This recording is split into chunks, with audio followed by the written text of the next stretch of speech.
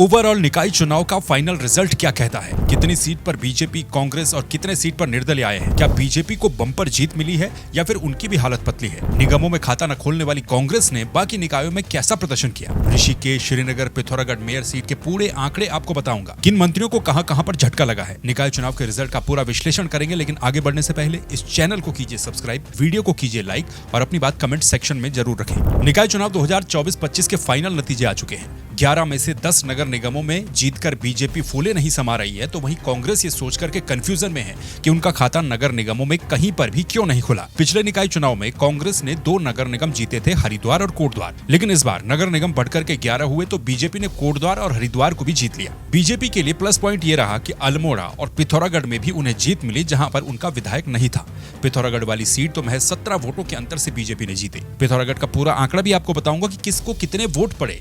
कांग्रेस की नगर निगमों में स्थिति ये रही कि वो कहीं पर तीसरे तो कहीं पर चौथे नंबर तक खिसक गए।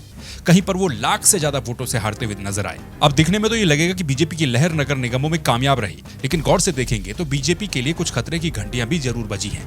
इससे पहले एक और बात आपको बताता हूं। मुख्यमंत्री पुष्कर सिंह धामी के चेहरे पर बीजेपी ने चुनाव लड़ा। चुनाव की कमान 10 जनवरी को सीएम धामी ने थामी और आखिरी समय तक 12 दिनों में करीब 52 जनसभाएं और रोड शो किए। एक दिन में सीएम के 7 से 8 कार्यक्रम लगते थे। हर जगह पर जाकर के उन्होंने प्रचार प्रसार किया। 52 जनसभा और रोड शो कम नहीं होती है, इसीलिए ये कहना भी ठीक नहीं होगा कि ये लोकल इलेक्शन था। अब लोकल इलेक्शन भी लोकल नहीं रहे, क्योंकि जब प्रदेश के मुख्यमंत्री समेत कई मंत्री और नेतागण ऐसे कार्यक्रम करेंगे, 50 से ज्यादा कार्यक्रम तो मुख्यमंत्री के ही रहेंगे, तो फिर ये लोकल इलेक्शन नहीं रह जाता है। हाँ, ये कहा जा सकता है कि इन 52 जनसभा और रोड शो से शहरी क्षेत्र में बीजेपी को इसका फायदा जरूर मिला, क्योंकि वो 10 नगर निगम जीत चुके हैं। लेकिन नगर पंचायत, नगर पालिका और वार्ड में उन्हें कई जगहों पर झटके भी लगे। श्रीनगर नगर निगम बीजेपी हार गई, जहां से कैबिनेट मंत्री डॉक्टर धन सिंह रावत आते हैं। पिथौरागढ़ और ऋषिकेश में भी बीजेपी को कड़ी टक्कर मिली। टिहरी नगर पालिका में सभी बीजेपी के लगे रहे, फिर भी बीजेपी वहां तीसरे नंबर पर आई। मुनि की रेती नरेंद्र नगर विधानसभा कैबिनेट मंत्री सुबोध उनियाल का क्षेत्र, वहां पर भी बीजेपी को हार मिली।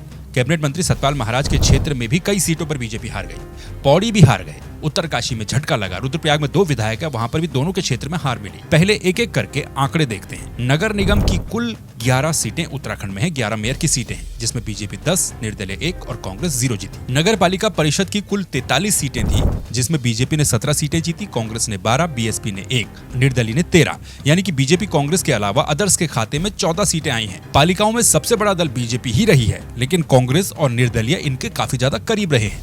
हाँ, कांग्रेस वाले ये मन बहला सकते हैं कि कांग्रेस और अदर्स मिल जाएं तो बीजेपी से कई ज्यादा हो जाते हैं। बात तो ये ठीक है, लेकिन मुख्य विपक्ष होने के नाते कांग्रेस को सिर्फ अपना प्रदर्शन देखना चाहिए कि उनकी कितनी सीटें आई हैं, न कि निर्दलियों की। नगर पंचायत अध्यक्ष की कुल 46 सीटें हैं। यहाँ बीजेपी 15, कांग्रेस 15, बीएसपी 1 और निर्दलीय 15। यानी कि बीजेपी कांग्रेस के अलावा अदर्स के खाते में 16 सीटें गई हैं। यहाँ सभी बराबरी पर रहे, लेकिन अदर्स बाजी मार गए। नगर पंचायतों में बीजेपी से ज्यादा अदर्स रहे, इसीलिए यहाँ बीजेपी की टेंशन और ज्यादा बढ़नी चाहिए। अब इन तीनों को अगर हम जोड़ दें तो 100 निकाय होते हैं। जिन लोगों को इसकी जानकारी नहीं है, उनकी जानकारी भी बढ़ जाएगी। नगर निगम, नगर पालिका और नगर पंचायत 3 तरह के निकाय होते हैं। यहाँ सबसे बड़ा अध्यक्ष होता है, जिसे नगर निगम में मेयर कहा जाता है। पालिकाओं और पंचायत में से अध्यक्ष ही कहा जाता है। कुल मिलाकर के 100 नगर प्रमुख होते हैं। इन 100 निकायों में से बीजेपी ने 42 सीटें जीती, कांग्रेस के 27 जीते, बीएसपी के 2 और निर्दलीय 29, यानी कि अदर्स 31 सीटों पर जीते हैं। बीजेपी आगे जरूर है, लेकिन इतनी भी नहीं है कि इसे बम्पर जीत कहा जाए। कांग्रेस से ज्यादा निर्दलीय सीट जीते हैं और 2 सीटें बीएसपी की भी आई हैं। निकायों का आकलन इन 100 सीटों से ही होगा, जिसमें बीजेपी सबसे बड़ा दल है, लेकिन विपक्ष की कुल मिलाकर के बीजेपी से ज्यादा सीटें हैं। कांग्रेस के लिए चिंता की बात यह है कि वो निर्दलियों से भी पीछे है। तो ये है 100 निकायों का फाइनल रिजल्ट। अब इन निकायों में कुछ सदस्य भी होते हैं, जिन्हें नगर निगमों में पार्षद या फिर सभासद कहते हैं, कहीं पर इन्हें वार्ड मेंबर कहते हैं, कहीं पर इन्हें सदस्य ही कहा जाता है। अब इनके रिजल्ट पर नजर डालते हैं। 11 नगर निगमों में 539 सभासद हैं, जिसमें बीजेपी के 259, कांग्रेस के 86, बीएसपी का 1, यूकेडी का 1 और निर्दलीय 192। नगर निगम सभासद में यूकेडी ने भी अपना खाता खोला। अदर्स कुल मिलाकर के 194 जीते हैं। बीजेपी यहां भी आगे है, लेकिन अदर्स और कांग्रेस अगर जोड़ दें तो वो आगे हो जाएंगे। मैं फिर से ये कह रहा हूं कि कांग्रेस ये बात अपना मन बहलाने के लिए जरूर कह सकती है कि निर्दलीय और कांग्रेस मिलाकर बीजेपी से कई ज्यादा हैं। उन्हें सिर्फ अपना परफॉर्मेंस देखना चाहिए, न कि निर्दलियों का। सभासद नगर पालिका यानी कि नगर पालिका में कुल 444 सभासद हैं, जिसमें बीजेपी के 129 जीते, कांग्रेस के 46, निर्दलीय 269। यहाँ निर्दलियों की सरकार बनी है, मतलब निर्दलीय बीजेपी से कई ज्यादा सीटें जीते हैं। सदस्य नगर पंचायत की कुल 297 हैं। बीजेपी 67, कांग्रेस 37, बीएसपी 1, आप 2 और निर्दलीय 190। यहाँ भी निर्दलीय सदस्य बीजेपी से ज्यादा जीते हैं। अब इन सभी का ग्रैंड टोटल अगर देखें तो कुल सभासद 1280 हैं, जिसमें बीजेपी के 455, कांग्रेस के 169, बीएसपी 2, यूकेडी 1, आप 2, निर्दलीय 651। यानी कि सभासद सदस्यों में जनता ने बीजेपी और कांग्रेस से ज्यादा निर्दलीयों पर अपना भरोसा जताया है। हालांकि ये सबसे छोटी इकाई होती है इस पूरे चुनाव की। वार्ड मेंबर पर ज्यादातर लोकल फेज पर ही वोट दिए जाते हैं, लेकिन जब सिंबल मिला तो सिंबल की बात भी होनी चाहिए। जैसा कि मैंने पहले भी कहा था कि प्रचार प्रसार इस तरह से हुआ है कि दो पार्टियों का बड़ा चुनाव है। मुख्यमंत्री ने यह तक कहा कि निर्दलीय या फिर कांग्रेस को जिताओगे तो वो काम कैसे करेगा। इस लिहाज से देखें तो निर्दलियों ने बीजेपी को सभासद और सदस्यों में मात दी है। अब 3-4 करीबी टक्कर वाले नगर निगम देखते हैं कि कहां पर किसको कितने वोट पड़े। नगर निगम देहरादून, क्योंकि सबसे बड़ा नगर निगम है, राजधानी का क्षेत्र है, यहाँ मेयर का राजनीतिक तौर पर भी काफी बड़ा कद हो जाता है। इसीलिए देहरादून नगर निगम का फाइनल रिजल्ट पहले देख लेते हैं। यहाँ बीजेपी के प्रत्याशी सौरभ थपलियाल को कुल 2,42,229 वोट पड़े। दूसरे नंबर पर कांग्रेस के वीरेंद्र पोखरियाल रहे, जिन्हें 1,36,535 वोट पड़े। यानी कि हार जीत का अंतर देहरादून में ऐतिहासिक रहा। बम्पर वोटों से बीजेपी यहां पर जीती। 1,05,694 वोटों से बीजेपी ने देहरादून का चुनाव जीता। ये मार्जिन देखकर के बीजेपी खुश जरूर हो सकती है, लेकिन कांग्रेस को इस पर गहन मंथन करना होगा। हार जीत तो बड़ी बात होती है, कांग्रेस तो यहाँ पर टक्कर में ही नहीं रही। जबकि आपने प्रत्याशी राज्य आंदोलनकारी को उतारा था, लेकिन कहां पर कमी रह गई? क्या ज्यादा नेताओं कम कार्यकर्ताओं में संगठन ढंग से नहीं चल पाया, या फिर अंदर से कोई चाहता ही नहीं था कि कांग्रेस को वोट पड़े? जो भी हो, लेकिन देहरादून जैसी सीट पर इतनी बड़ी हार कांग्रेस के लिए खतरे की घंटी जरूर है। बीजेपी के लिए तय था कि जीत तो होगी ही, क्योंकि यहाँ पर आसपास दूर दूर तक कहीं पर किसी भी विधानसभा में कांग्रेस का कोई विधायक नहीं है। सभी बीजेपी की विधानसभाएं हैं, सभी बीजेपी के विधायक हैं। ज्यादातर वोट इन्हीं को पड़े। तीसरे नंबर पर सरदार खान पप्पू रहे, जिन्हें 9,000 के आसपास वोट पड़े। चौथे पर निर्दलीय सुलोचना इष्टवाल 6,800 के आसपास वोट पड़े। पांचवें पर निर्दलीय विजय प्रसाद भट्टगाई 5,800 के आसपास वोट पड़े।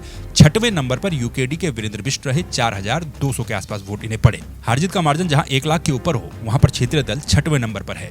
और मजेदार बात यह है कि नोटा को ही लगभग 3,000 के आसपास वोट पड़े। ऋषिकेश नगर निगम का फाइनल रिजल्ट देखते हैं। यहां पर मामला ज्यादा करीबी था।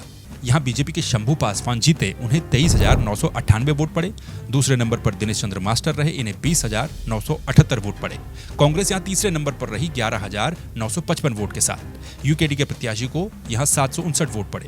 3,020 वोटों से बीजेपी के शंभू पासवान जीते और निर्दलीय दिनेश चंद्र मास्टर हारे। यहाँ पर बीजेपी को कड़ा मुकाबला मिला। एक और सीट जहाँ पर करीबी फाइट थी, पिथौरागढ़ में बीजेपी की कल्पना देवलाल चुनाव जीत गई। इन्हें 9,466 वोट पड़े। निर्दलीय मोनिका मेहर दूसरे नंबर पर रही 9,449 वोट के साथ। बहुत करीबी मामला था और 17 वोटों के मार्जिन से पिथौरागढ़ में बीजेपी जीती। यहां भी काफी ज्यादा विवाद हुआ। कांग्रेस की कैंडिडेट अंजू लुंठी मात्र 3,379 वोट ही ला पाई। यानी कि मयूख मेहर ने इन नतीजों से यह तो साबित कर दिया कि टिकट देने में शायद कांग्रेस ने यहां पर गलती कर दी। अब मयूख मेहर ने बगावत तो कांग्रेस से कर दी, लेकिन वो भी जीत नहीं पाए। पर 17 वोटों से हार कर भी अपना मान सम्मान बचाने में कामयाब रहे। अपनी धाक उन्होंने दिखा दी कि वो वहां पर कितने ज्यादा ताकतवर हैं। अब यहाँ कांग्रेस के लिए सवाल ये रहेगा कि मयूख मेहर कांग्रेस में ही रहेंगे या फिर 27 से पहले कहीं वो भी बीजेपी के पाले में न चले जाएं। तीसरी सीट जहां पर टक्कर नहीं बल्कि बीजेपी की हार ही हुई नगर निगम में, वो है श्रीनगर गढ़वाल। ये क्षेत्र कैबिनेट मंत्री डॉक्टर धन सिंह रावत का है। डॉक्टर धन सिंह रावत वो नाम है जो अक्सर मुख्यमंत्री के रेस में बने रहते हैं, लेकिन उनके ही क्षेत्र में बीजेपी अपनी सीट नहीं निकाल पाई नगर निगम की। बल्कि एक और नेता का भी नाम मैं यहाँ पर लेना चाहूंगा। वो नाम है कांग्रेस के गणेश गोदियाल। कांग्रेस के सबसे पॉपुलर नेताओं में से एक हैं, उनका भी ये क्षेत्र है, लेकिन कांग्रेस की स्थिति यहाँ पर बीजेपी से ज्यादा खराब रही। श्रीनगर में निर्दलीय आरती भंडारी चुनाव जीती। हालांकि ये भी पहले बीजेपी से जुड़ी थी, बीजेपी की बागी बनकर के चुनाव लड़ी और जीत गई। अब जीतने के बाद इन्होंने कहा है कि ये किसी भी पार्टी में शामिल नहीं होंगी, लेकिन वक्त की बात है, देखते हैं आगे क्या होता है। आरती भंडारी को 7,956 वोट पड़े। दूसरे नंबर पर बीजेपी की आशा उपाध्याय रही, इन्हें 6,317 वोट पड़े। यानी कि बीजेपी यहाँ पर 1,639 वोटों से हारी है। कांग्रेस की तो और भी ज्यादा बुरी स्थिति रही। कांग्रेस श्रीनगर नगर निगम में चौथे नंबर पर आई।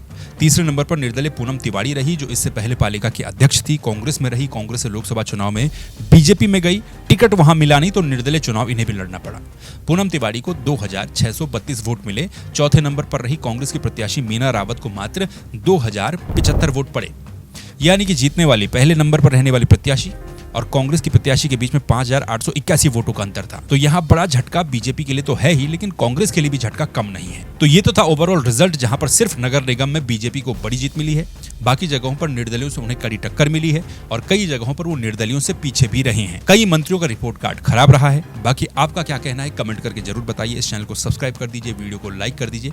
आपसे फिर मुलाकात होगी किसी दूसरे वीडियो में दूसरे टॉपिक के साथ। नमस्कार, अपना ख्याल रखिए।